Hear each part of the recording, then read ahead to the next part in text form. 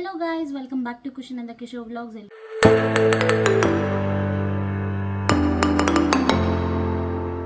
ಎಲ್ಲರೂ ಹೇಗಿದ್ದೀರಾ? ಎಲ್ಲರೂ ಚೆನ್ನಾಗಿದ್ದೀರಾ ಅಂತ ಭಾವಿಸ್ತಾ ಇದ್ದೀನಿ. ಹಾಗೆ ನಾನು ಕೂಡ ತುಂಬಾ ಚೆನ್ನಾಗಿದ್ದೀನಿ. ನಾನು ತುಂಬ ದಿನದಿಂದ ವ್ಲಾಗ್ಸ್ ಮಾಡೋದಕ್ಕೆ ಆಗ್ತಾ ಇರಲಿಲ್ಲ.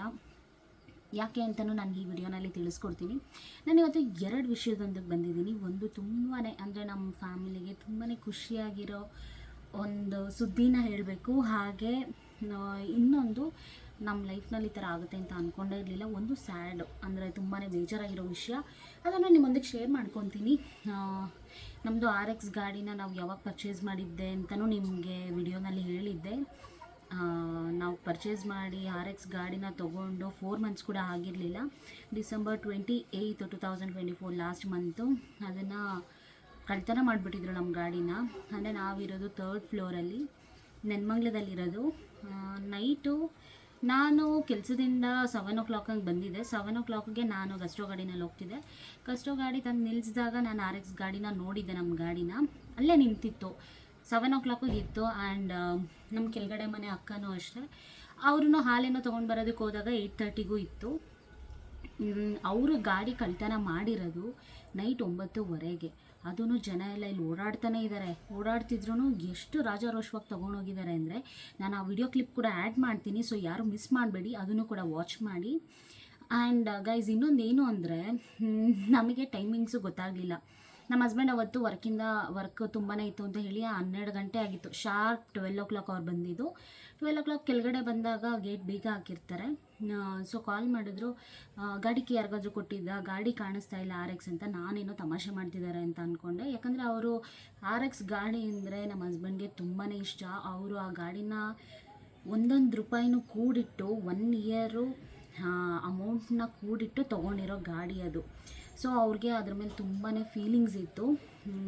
ಆ್ಯಂಡ್ ನಾನು ಫಸ್ಟೇ ಹೇಳಿದ್ದೆ, ಆ ಗಾಡಿ ಕಳೆದೋದಾಗ ಶನಿವಾರ ಕಳೆದೋಗಿದ್ದು. ನಾನು ಹೇಳಿದೆ, ಗಾಡಿ ಎಲ್ಲೂ ಹೋಗಲ್ಲ, ಸಿಕ್ಕೇ ಸಿಗುತ್ತೆ. ಯಾಕಂದರೆ ಕಷ್ಟಪಟ್ಟು ತೊಗೊಂಡಿರೋದು, ಯಾವತ್ತಿಗೂ ಎಲ್ಲೂ ಹೋಗಲ್ಲ. ನೀನು ಹೋಪ್ಸ್ ಕಳ್ಕೊಬೇಡ, ಪಾಸಿಟಿವ್ ಆಗಿರು, ಸಿಕ್ಕೇ ಸಿಗುತ್ತೆ ಅಂತ ಹೇಳ್ತಿದ್ದೆ.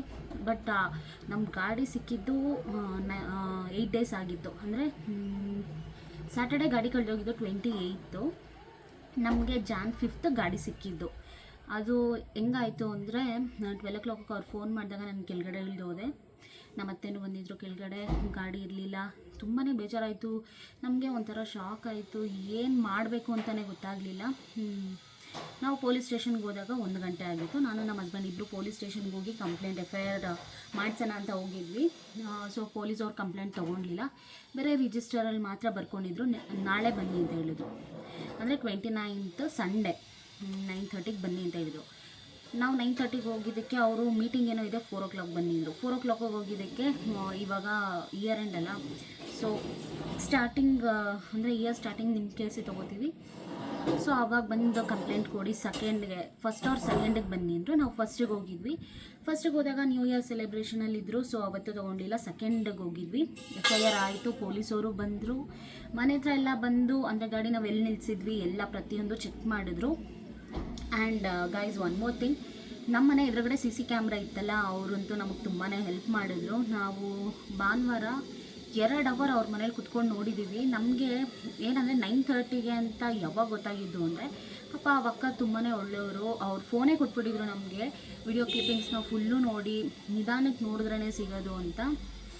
ನಾವು 11 o'clockಗೆ ಗಾಡಿ ಕಳ್ತನ ಆಗಿರೋದು ಅಂತ ನಾವು ಅಂದ್ಕೊಂಡಿರೋದು. ಅಂದರೆ ಯಾಕೆ ಅಂದರೆ, ನಮ್ಮ ಓನರ್ ಆಂಟಿ ಅವರು ವಾಕಿಂಗೆಲ್ಲ ಹೋಗ್ತಾರಲ್ಲ, ಸೊ ಆವಾಗ ಗಾಡಿ ಇತ್ತು ಅಂತ ಆವಾಗಲೇ ಗಾಡಿ ಇರಲಿಲ್ಲ ಅಂತ ಹೇಳಿದ್ರು. ಬಟ್ ನಮ್ಮ ಕೆಳಗಡೆ ಮನೆ ಅಕ್ಕ ಅವರು ಗಾಡಿ ಇತ್ತು ಆವಾಗ, ನೀವೇನೋ ಕನ್ಫ್ಯೂಸ್ ಆಗಿದ್ದೀರಾ ಅಂತ ಹೇಳ್ತಾಯಿದ್ರು. ಸೊ ಹಂಗಾಗಿ ನಮಗೆ ಟೈಮಿಂಗ್ಸ್ ಅಷ್ಟು ಕ್ಲಿಯರಾಗಿ ಗೊತ್ತಿರಲಿಲ್ಲ. ಆ್ಯಂಡ್ ಮೋರ್ ಓವರ್ ಯಾರು 9 ಗಂಟೆ ರಾತ್ರಿಗೆ ಕಳ್ತನ ಮಾಡಲ್ಲ ಅಂತ ನಾವು ಅಂದ್ಕೊಂಡಿದ್ವಿ. ನಾವು ಕ್ಯಾಮ್ರಾದಲ್ಲೆಲ್ಲ ಚೆಕ್ ಮಾಡಿದ್ದು 10 o'clock ಮೇಲೆ ಚೆಕ್ ಮಾಡಿದ್ದಿತ್ತು. ಎದುರುಗಡೆ ಮನೆ ಕ್ಯಾಮ್ರಾದಲ್ಲಿ ಚೆಕ್ ಮಾಡಿದ್ವಿ. ಆ್ಯಂಡ್ ಆಪೋಸಿಟ್ ಮನೇಲಿ ಕೂಡ ಚೆಕ್ ಮಾಡಿದಾಗ ಅವ್ರದ್ದು ಕ್ಯಾಮ್ರಾ ತುಂಬಾ ಹಳೇದಿತ್ತು, ಅಷ್ಟು ಕ್ಲಿಯರಾಗಿ ಕಾಣಿಸ್ತಾ ಇರಲಿಲ್ಲ. 11 o'clockಗೆ ಯಾರೋ ಇಲ್ಲಿ ಅಂದರೆ ನಮ್ಮ ಮನೆ ಪಕ್ಕದಲ್ಲಿ ಖಾಲಿ ಸೈಟ್ ಇದೆ, ಸೊ ಅಲ್ಲಿ ನಿಂತ್ಕೊಂಡಿರೋ ಥರ ಇತ್ತು. ನಾವೇನು ಅಂದ್ಕೊಂಡ್ವಿ, ಗೇಟ್ ಬೀಗ ಹಾಕಿದ್ದಾರೆ, ಗಾಡಿನ ಎತ್ಕೊಂಡು ಆ ಕಡೆ ಸೈಡ್ ಹಾಕಿ ಎತ್ಕೊಂಡು ಹೋಗಿದ್ದಾರೆ ಅಂತ ನಾವು ಅಂದ್ಕೊಂಡ್ವಿ. ಆ ಥರ ಆಗಿರಲಿಲ್ಲ. ಆ್ಯಂಡ್ ನಾನು ಆ ಬಿಲ್ಡಿಂಗ್ಗಳು ತೋರಿಸ್ತೀನಿ, ನಾವು ಯಾವ್ಯಾವುದು ಕ್ಯಾಮ್ರಾದಲ್ಲಿ ವಿಡಿಯೋಸ್ನ ತೊಗೊಂಡಿದ್ದೆ ಅಂತ, ಅದನ್ನು ಕೂಡ ನಾನು ತೋರಿಸ್ತೀನಿ. ಅವರು ಫೋನ್ ಕೊಟ್ಟಾಗ ನಮ್ಮ ಹಸ್ಬೆಂಡ್ ಫುಲ್ಲು ಕಂಪ್ಲೀಟ್ ವಿಡಿಯೋನ ಫುಲ್ಲು ಸ್ಲೋ ಆಗಿ ನೋಡಿದಾಗ ಶಾರ್ಪ್ 9:30ಗೆ ಗೇಟ್ ಬೀಗ ಕೂಡ ಹಾಕಿರಲಿಲ್ಲ. ಇಬ್ಬರು ಬಂದು ರಾಜಾರೋಷವಾಗಿ ತೊಗೊಂಡೋಗ್ತಿದ್ದಾರೆ ಗಾಡಿನ. ಇದೇ ಬಿಲ್ಡಿಂಗಲ್ಲಿ ಕ್ಯಾಮ್ರಾ ಇದ್ದಿದ್ದು. ಸೊ ಅವ್ರ ಕ್ಯಾಮ್ರಾಯಿಂದನೇ ಗೊತ್ತಾಗಿದ್ದು ನಮಗೆ ಕಳ್ಳರು ಯಾವಾಗ ಬಂದಿದ್ದು, ಎಷ್ಟು ಗಂಟೆಗೆ ಬಂದಿದ್ದು, ಗಾಡಿ ಹೇಗೆ ತೊಗೊಂಡೋಗಿದ್ದು, ಪ್ರತಿಯೊಂದು ಅವರಿಂದನೇ ಗೊತ್ತಾಗಿರೋದು. ಅವ್ರ ಗಾಡಿ ನೋಡಿ ಇಲ್ಲೇ ನಿಲ್ಸಿದ್ದು. ಮುಂದೆ ಆ್ಯಕ್ಟಿವಾ ಇತ್ತು, ಆ ಕಡೆ ಹಳೆ ಗಾಡಿ ಇತ್ತು, ಮಧ್ಯದಲ್ಲಿ ಇದ್ದಿದ್ದು RX. ನೋಡಿ ಇದು ಅವರು ಕಳ್ಳರು ನಡ್ಕೊಂಬರ್ತಾ ಇರೋದು. ಅರೌಂಡ್ 9:15 9:20 ಆಗಿತ್ತು ಅವ್ರು ನಡ್ಕೊಂಡು ಬರಬೇಕಾದ್ರೆ. ಸ್ಟ್ರೈಟ್ ಹೋಗಿ ಆಮೇಲೆ ನಮ್ಮ ಮನೆ ಗೇಟ್ ಒಳಗಡೆ ಒಬ್ಬ ಹೋಗ್ತಿದ್ದಾನೆ. ಇಬ್ಬರು ಕಳ್ಳರು ಬಂದಿದ್ದು, ಅದರಲ್ಲಿ ಒಬ್ಬ ಹೋಗ್ತಿದ್ದಾನೆ ಫಸ್ಟು. ಈ ಗೇಟ್ ಒಳಗೆ ಹೋಗ್ತಾ ಇದ್ದಾನೆ. ಇಲ್ಲಿ ಟೈಮಿಂಗ್ಸು ಮೇಲ್ಗಡೆ ಮೆನ್ಷನ್ ಆಗಿದೆ ನೋಡಿ, 9:25 ಒಳಗೆ ಅವ್ರು ಹೋಗಿದ್ದು. ಒಂದು 5 to 10 ಮಿನಿಟ್ಸ್ ಅಲ್ಲೇ ಒಳಗೆ ಇದ್ದಾರೆ. ಅಂದರೆ ಗ್ರೌಂಡ್ ಫ್ಲೋರಲ್ಲಿ ಇರೋರು ಆಂಟಿ ಅಂಕಲ್ ಇಬ್ಬರು ಊರಿಗೆ ಹೋಗಿದ್ರು, ಅವ್ರು ಇರಲಿಲ್ಲ. ಫಸ್ಟ್ ಫ್ಲೋರಲ್ಲಿ ಓನರ್ ಅವ್ರು ಇರೋದು. ಓನರ್ ಆಂಟಿ ಅವ್ರಿಗೂ ಏನೂ ಕೇಳಿಸೇ ಇಲ್ಲ, ಅವರು ಅಷ್ಟು ಸೈಲೆಂಟಾಗಿ ಕೆಲಸ ಮುಗಿಸ್ಕೊಂಡಿದ್ದಾರೆ. ನಮ್ಮ ಮನೆ ಹತ್ರ ಎಷ್ಟೊಂದು ನಾಯಿಗಳಿದೆ, ಇಲ್ಲಾಂದರೆ ಒಂದು 8ರಿಂದ 10 ನಾಯಿಗಳಿದೆ. ಅದನ್ನು ನಾವು ಬಂದಾಗೆಲ್ಲ ಬೊಗಳುತ್ತೆ ಹೊರತು ಕಳ್ಳರು ಬಂದಾಗ ಬೊಗಳೇ ಇಲ್ಲ. ಗೇಟ್ ಹತ್ರ ಬಂದು ನೋಡಿಕೊಂಡು ಅಲ್ಲೇ ನಿಂತಿದ್ದಾವೆ ನಾಯಿಗಳು. ಅಟ್ಲೀಸ್ಟ್ ಅದು ಸೌಂಡ್ ಆದರೂ ಮಾಡಿದಿದ್ರೆ ಯಾರಾದರೂ ಒಬ್ಬರು ಆಚೆ ಬರ್ಬೋದಿತ್ತು. ನೋಡಿ ಜನ ಎಲ್ಲ ವಾಕಿಂಗ್ ಕೂಡ ಮಾಡ್ತಿದ್ದಾರೆ. ಅಂಕಲಲ್ಲಿ ವಾಕಿಂಗ್ ಮಾಡ್ತಿದ್ದಾರೆ. ಅಂದರೆ ಅವ್ರೇನು ಅನ್ಕೋತಾರೆ, ಮನೆಯವರೇ ಇರ್ಬೋದು ಅನ್ಕೋತಾರೆ. ಏನು ಮಾಡೋಕ್ಕಾಗಲ್ಲ, ನಮ್ಮ ಟೈಮ್ ಚೆನ್ನಾಗಿರಲಿಲ್ಲ. ಆಗ ನೋಡಿ ನಾಯಿಗಳೆಲ್ಲ ಅಲ್ಲೋಗಿ ನಿಂತ್ಕೊಂಡು ನೋಡ್ತಿದೆ. ಹಂಗೂ ಅವ್ರಿಗೇನು ಭಯನೇ ಇಲ್ಲ. ಅವತ್ತು ಶನಿವಾರ ಆಗಿರೋದ್ರಿಂದ ನಾವು 9:30ಗೆಲ್ಲ TV ಹಾಕ್ಕೊಂಡು ವಾರದ ಕತೆ ಕಿಚ್ಚನ ಜೊತೆ ನೋಡ್ತಾ ಇದ್ವಿ. ಇಲ್ಲಿ ನಮ್ಮನೆ ಕತೆ ಈ ಥರ ಆಗೋಗಿತ್ತು. ಅಷ್ಟು TVಲಿ ಮುಳುಗೋಗ್ಬಿಟ್ಟಿದ್ದೀವಿ, ಕೆಳಗಡೆ ನಮ್ಮ ಗಾಡಿ ಹೋಗ್ತಿರೋದು ನಮಗೆ ಗೊತ್ತೇ ಆಗಿಲ್ಲ. ಈಗ ನೋಡಿ ಟೈಮ್ ಕ್ಯಾಪ್ಚರ್ ಆಗಿದೆ 9:35 ಕರೆಕ್ಟಾಗೆ. ಇವಾಗ ನೋಡಿ ಗೇಟಿಂದ ಆಚೆ ಬರ್ತಾರವರು. ನೋಡಿ ಗೇಟ್ ಇವಾಗ ಸ್ಲೋ ಆಗಿ ಓಪನ್ ಮಾಡಿದ್ರು.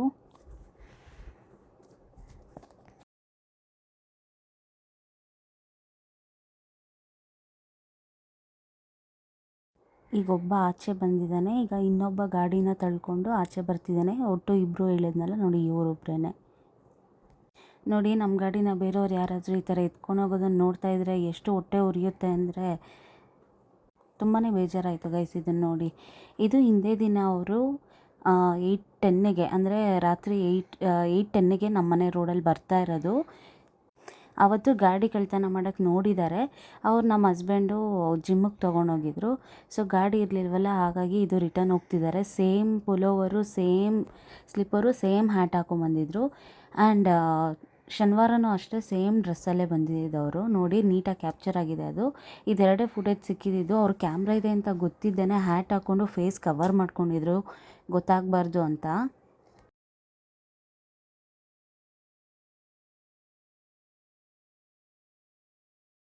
ಅದನ್ನು ನೋಡಿದಾಗ ನಮಗೆ ಎಷ್ಟು ನೋವಾಗುತ್ತೆ ಅಂದರೆ ಹೇಳ್ಕೊಳಕ್ಕಾಗಲ್ಲ. ನನಗೆ ಒಂದು ಅರ್ಥ ಆಗ್ತಿಲ್ಲ ಗೈಸ್, ಏನಂದರೆ ಈಗ ನಿಮಗೆ ಗಾಡಿ ಶೋಕಿ ಇದೆ ಅಂತ ಅಂದ್ಕೊಳ್ಳಿ, ತೊಗೊಳೋದಕ್ಕಾಗಲ್ಲ ಅಂತ ಅಂದರೆ ಈ ಥರ ಕಳ್ತನ ಮಾಡೋದಕ್ಕೆ ಹೋಗ್ಬೇಡಿ. ಯಾಕೆ ಅಂದರೆ ಈಗ ಬೇರೆಯವ್ರೂ ಒಂದು ಫೀಲಿಂಗ್ಸ್ ಇರುತ್ತೆ ಅಲ್ವಾ ಗಾಡಿ ಮೇಲೆ. ಅವರು ತುಂಬಾ ಕಷ್ಟಪಟ್ಟು ಗಾಡಿನ ತೊಗೊಂಡಿರ್ತಾರೆ. ಸೊ ನೀವು ಈ ಥರ ಮಾಡೋದ್ರಿಂದ ಇನ್ನೊಬ್ಬರು ಹೊಟ್ಟೆ ಮೇಲೆ ಕಲ್ಲು ಹಾಕಬಾರ್ದು ಅಲ್ವಾ. ನಾವು ಒಬ್ರಿಗೆ ಹೆಲ್ಪ್ ಮಾಡೋದಕ್ಕಾಗಲ್ಲ ಅಂದ್ರೂ ಒಬ್ಬರು ಖುಷಿನ ಕಿತ್ಕೊಳೋದು ಎಷ್ಟು ಮಟ್ಟಿಗೆ ಸರಿ. ನನಗಂತೂ ತುಂಬಾ ಬೇಜಾರಾಯಿತು.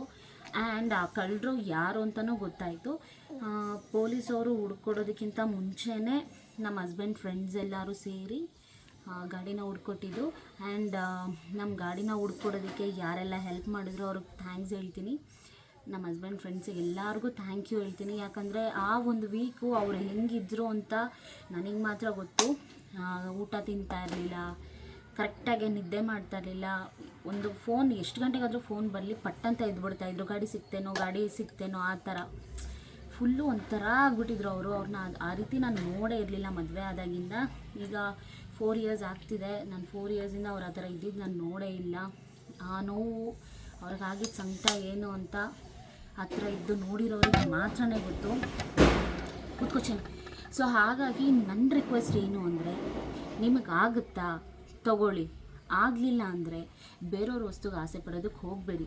ಯಾಕಂದರೆ ಅದ್ರ ಮೇಲೆ ಅವರು ನನಗೆ ಹೆಂಗೆ ಅಂದರೆ ಹೇಳ್ಕೊಳೋದಕ್ಕಾಗಲ್ಲ.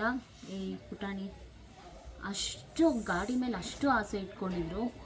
ಆ ಗಾಡಿ ನೆಕ್ಸ್ಟು 5th ಡಿಸೆಂಬರ್ ತಂದಾಗ ಅವರು ನಮ್ಮ ಗಾಡಿ ಥರನೇ ಇರಲಿಲ್ಲ ಗೈಸ್, ಫುಲ್ಲು ಒಡೆದೋಗ್ಬಿಟ್ಟಿತ್ತು. ಆ ಥರ ಆಗಿತ್ತು ಅಂದರೆ ಮುಂದೆ ಮಿರರೆಲ್ಲ ತೆಗ್ದುಬಿಟ್ಟಿದ್ರು, ನಂಬರ್ ಪ್ಲೇಟ್ ತೆಗ್ದುಬಿಟ್ಟಿದ್ರು.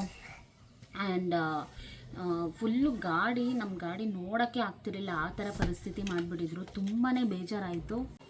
ಸೊ ಇವಾಗ ಗಾಡಿನ ರಿಪೇರಿ ಮಾಡೋದಕ್ಕೆ ಬಿಟ್ಟಿದ್ದಾರೆ. ಈಗ ನಮ್ಮ ಗಾಡಿ ಫುಲ್ಲು ಚೇಂಜ್ ಆಗಿದೆ, ಹೊಸ ಗಾಡಿ ಥರ ಆಗ್ತಿದೆ. ಆ್ಯಂಡ್ ಅದೊಂದು ಸಮಾಧಾನ ಇದೆ ಗಾಡಿ ಸಿಕ್ಕಿದ್ದು. ನಾನು ನಂಬಿರೋ ಆಂಜನೇಯ ಸ್ವಾಮಿ ಯಾವತ್ತೂ ನನ್ನ ಕೈ ಬಿಡೋದಿಲ್ಲ ಅನ್ನೋದು ಒಂದು ನಂಬಿಕೆ ಇತ್ತು. ಯಾಕೆ ಅಂದರೆ ನಾನು ಯಾವುದೇ ಕಷ್ಟದಲ್ಲಿರಲಿ, ನಾನು ಎಷ್ಟೇ ಕಷ್ಟದಲ್ಲಿದ್ರೂ ನನ್ನ ಕೈ ಹಿಡಿದು ನಾನು ಇದ್ದೀನಿ ಅಂತ ಹೇಳೋದು ನಾನು ನಂಬಿರೋ ಆಂಜನೇಯ ಸ್ವಾಮಿ ಮಾತ್ರ. ಆ್ಯಂಡ್ ನಾನು ಖುಷಿಯಾಗಿದ್ದಾಗಲಿ ನೋವಲ್ಲಿದ್ದಾಗಲಿ ನಾನು ಯಾವಾಗಲೂ ಅವ್ರನ್ನೇ ನೆನೆಸ್ಕೊಳ್ಳೋದು. ನಮ್ಮ ಹಸ್ಬೆಂಡ್ಗೆ 3 ಗಾಡಿ ಮೇಲೂ ಸೆಂಟಿಮೆಂಟ್ ಜಾಸ್ತಿ. 3 ಗಾಡಿಗೂ ಒಂದೊಂದು ಹೆಸರಿಟ್ಟಿದ್ರು. ಅದರಲ್ಲಿ RXಗೆ ಹುಲಿ ಅಂತ ಹೆಸರಿಟ್ಟಿದ್ರು.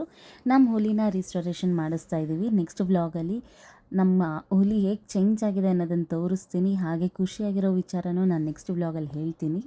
ಈ ವಿಡಿಯೋ ಇಷ್ಟ ಆಗಿದರೆ ಲೈಕ್ ಮಾಡಿ, ಶೇರ್ ಮಾಡಿ, ಹಾಗೆ ಸಬ್ಸ್ಕ್ರೈಬ್ ಮಾಡಿ.